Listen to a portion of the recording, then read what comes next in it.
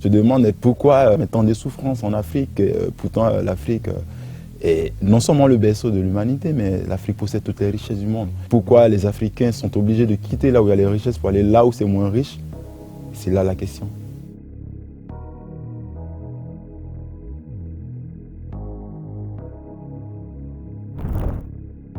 Je considère mes œuvres comme, mes films comme une expression universelle d'un cinéaste qui part de sa communauté pour extérioriser tout ce qu'il a emmagasiné depuis son existence en fait. Ouais, après je me définis comme un cinéaste, mais un cinéaste origine d'Afrique, précisément de la Côte d'Ivoire. On dit bien l'homme est fils de ses usages et de ses habitudes, et non de sa nature et de son tempérament. Le dit, c'est Andestrovic Bakounine qui le dit. Et du coup, je traite les sujets qui sont aujourd'hui d'actualité, des sujets qui traitent de ma génération, notamment le broutage. Parce que quand ce phénomène arrive, on sort d'une crise et moi je suis bouleversé. Et du coup, c'est comment je l'emmagasine dans ma tête et j'arrive à l'extérioriser au travers d'un film qui est toute une psychanalyse pour moi, au fait, en effet. En fait, je guéris en faisant des films, en racontant ce que toute une génération a vécu. Du coup, j'essaie de partager le vécu d'un peuple, d'une jeunesse ivoirienne.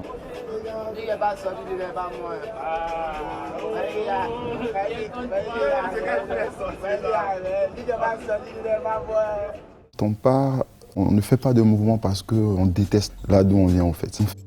Du coup, on espère retourner.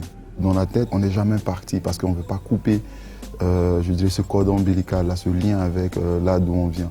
Même si on reste 20, 30 ans, on ne devient pas, je dirais, forcément totalement un exilé au fait. On est juste parti, on est juste en transit au fait dans ce monde. Du coup, ceux qui sont ici sont venus chercher, en guillemets, soit de l'argent, sont venus se faire soigner, sont venus découvrir l'Eldorado, mais tout le monde espère retourner là d'où il vient un jour. Mais la position est comment là-bas, la carte est comment? C'est soirée.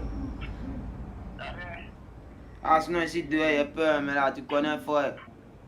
Donc il va appeler même mon museau à Paris pour lui dire que là voilà ça, tu vois un peu non? Mais tu sais qu'il ne peut pas rester ici, toi tu m'as gamé et puis là, tu vois. On n'est ni exilé, mais nous sommes en transit, au fait, comme nous sommes en pleine traversée sur cette terre, au fait. On est sur un point A, on passe à un point B, C, D, on meurt dans un point G. Et c'est vraiment la traversée humaine, au fait, qui aussi que j'essaie d'exprimer au travers de ce film, parce qu'on est tout en train de traverser des moments difficiles, des moments, je dirais, émotifs, des moments sentimentaux, des moments...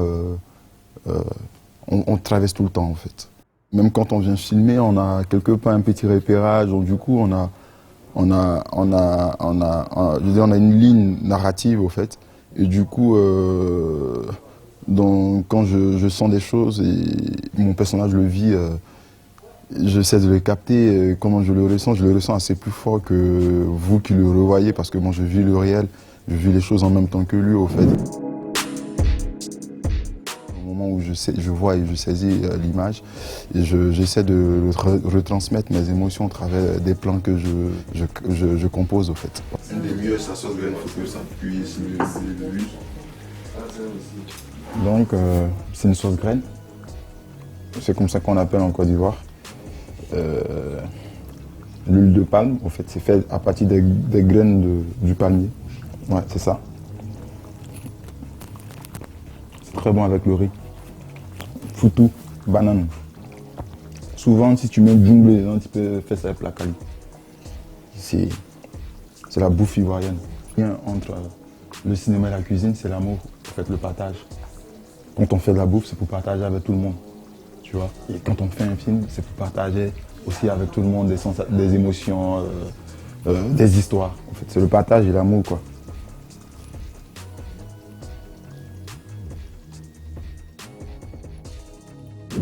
Tu déclenches pas la caméra, c'est pas une fiction où on dit action coupée. Tu sens les choses, les films, donc il faut être attentif. Donc tu perds, tu te perds. Pour moi, je suis pareil qu'un migrant qui n'a pas de papier au fait. Parce que même si j'ai des papiers pour voyager, s'il y a un contrôle, c'est moi. C'est moi tout de suite. C'est moi tout de suite qui serai contrôlé parce que je serais peut-être, je dirais, identifié, stigmatisé peut-être. Bon, ça c'est peut-être des préjugés, mais ouais, je vis la migration dans les deux sens, ici comme ailleurs, et j'ai beaucoup d'empathie pour tous ceux qui souffrent de ça, au fait. Que ce soit africains, asiatiques, toutes ces personnes qui sont emprisonnées, qui sont je dirais, à qui on enlève la liberté de circuler, à tous ces êtres humains à qui on enlève le droit de circuler librement. C'est clair que j'ai de l'empathie pour ces personnes.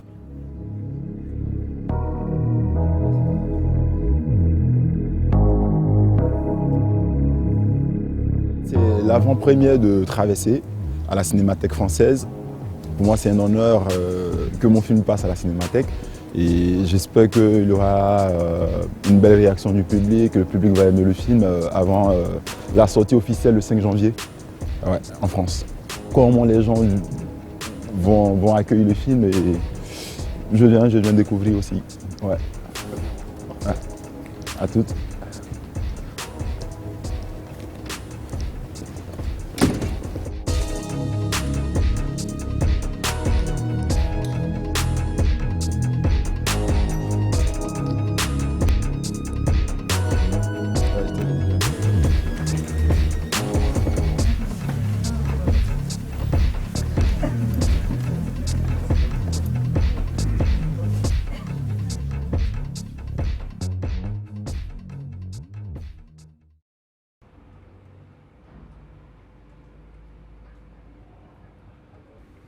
Il faut que tu manges à la table de roi. Toi, il faut que je me bats pour toi, maman. Il faut que je me bats pour toi. Il fait directement écho et pour être vu comme la suite de ton précédent moyen-métrage qui s'appelle Vivre riche. Pour le matériel, je fonce direct en Italie. Je suis tout seul. Caméra, son, je suis tout seul. Et quand j'arrive, il y a des choses qui se passent et tout de suite, je me mets à saisir le réel. Les choses sont là, je ne dors pas. Je filme, je sens des choses, je capte le réel, j'essaie de saisir le réel. Il ne peut plus attendre, il ne peut pas, il veut partir, mais il n'a pas de sous. Et quand je reviens, c'est la bonne période où il n'y a plus de neige, il peut traverser au fait. Donc du coup, je peux dire, on a eu juste la clairvoyance d'être là au bon moment, à chaque bon moment en fait, pour saisir le réel. Je lui ai dit, désolé, moi je ne suis pas migrant, je n'ai pas besoin de traverser la neige. Et là, moi je ne peux pas. Il m'a dit non, de toute façon, quand je traverse, je te fais signe devant, si tu veux me filmer, tu me filmes. Il était persuadé qu'il allait traverser. Moi, j'ai dit ok. De toute façon, je n'étais pas encore allé à Black Movie. J'avais quelques images, je lui ai dit mais c'est dangereux, on nous a dit tu vas mourir. Et quelqu'un qui a déjà traversé la mer, la neige ne lui fait plus peur. Du coup, il était persuadé qu'il allait traverser et moi j'étais sûr qu'il n'allait pas pouvoir. Quand on ouvre le film, on ouvre le film avec une scène où il nettoie la tombe de son père. Ouais. Et du coup, cette famille, sa mère pleure, lui dit depuis que tu es parti, nous souffrons avec ses frères et tout le monde autour de la tombe.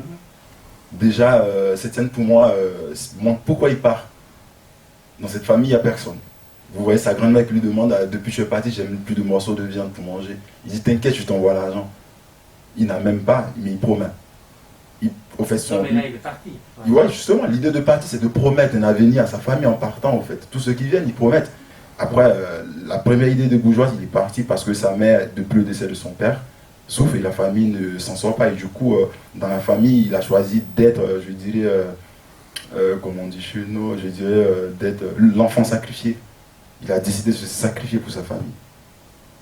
Et c'est en cours de route qu'ils s'en rendent compte que ce sacrifice pèse assez lourd. C'est pas un sacrifice où on meurt ou on vit, mais c'est un sacrifice, même si tu dois mourir, tu vas payer.